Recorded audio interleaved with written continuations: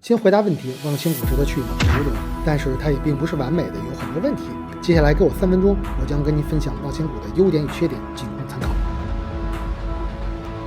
去之前，虽然在网上无数次看见望星谷的视频，但实际去了之后还是2个字：震撼。夜晚景区的灯光亮起，远处的悬崖楼阁，近处的古宅水桥，完全都是你以为的宋元明清繁盛时的中国古村落的模样。如果你玩过《仙剑奇侠传》或者是《诛仙》之类，你大概就能知道我说的望仙谷是一个什么样的感受。两山谷之间沿着山壁高低蜿蜒而建，一个狭长的山谷地带，在景区外，在景区上游、中游、下游都能拍出大片。景区门票是120元，在江西算是有点小贵，不过里面基本没有什么额外的消费，还算合理。景区的游览如果纯走的话，大概2个小时，主要是要爬上爬下，有点小累，肯定是要出汗的。如果走走停停、吃吃喝喝，大概需要4个小时。景区除了标志性的悬崖景观，更多的是游走在各种的古街和古建之中。虽然是复古而建，但游客完全赶不出来。这里的布置确实很有一套，走进来你就知道为什么了。如果想在这里拍摄，我建议是一早一晚，那会儿基本没有多少游客。景区也算厚道，晚上灯光应该是开到2点。早上我没有起来，据说谷地溪流早上会泛起薄薄的水汽，也很有感觉。来这里一定要带无人机，看了这些画面你就懂得为什么了。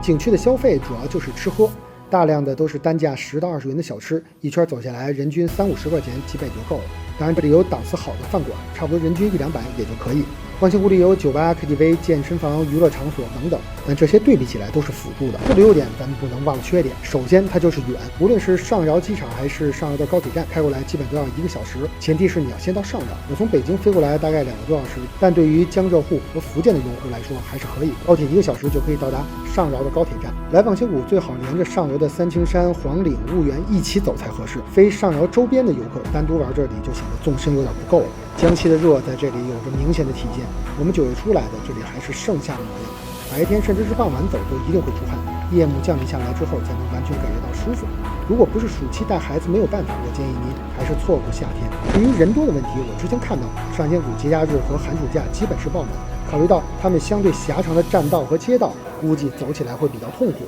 但是我是9月初去的，晚饭后走在景区内，完全没有游客太多的感觉，很舒适。景区的高峰是在傍晚的4-5点开始进场，转完基本上就是8-9点，大部分游客会选择住在景区内外的民宿，这里会形成非常成熟的民宿群，从1万多的到100多的都有。住在景区里肯定好，但是有点小贵，常规的民宿799，悬崖民宿酒店是2999元起，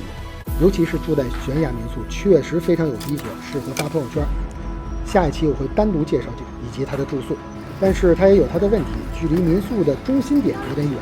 虽然有人帮你提行李，但是从远端走下来还是有点不太方便，且早餐你还要回到民宿中心才能就餐。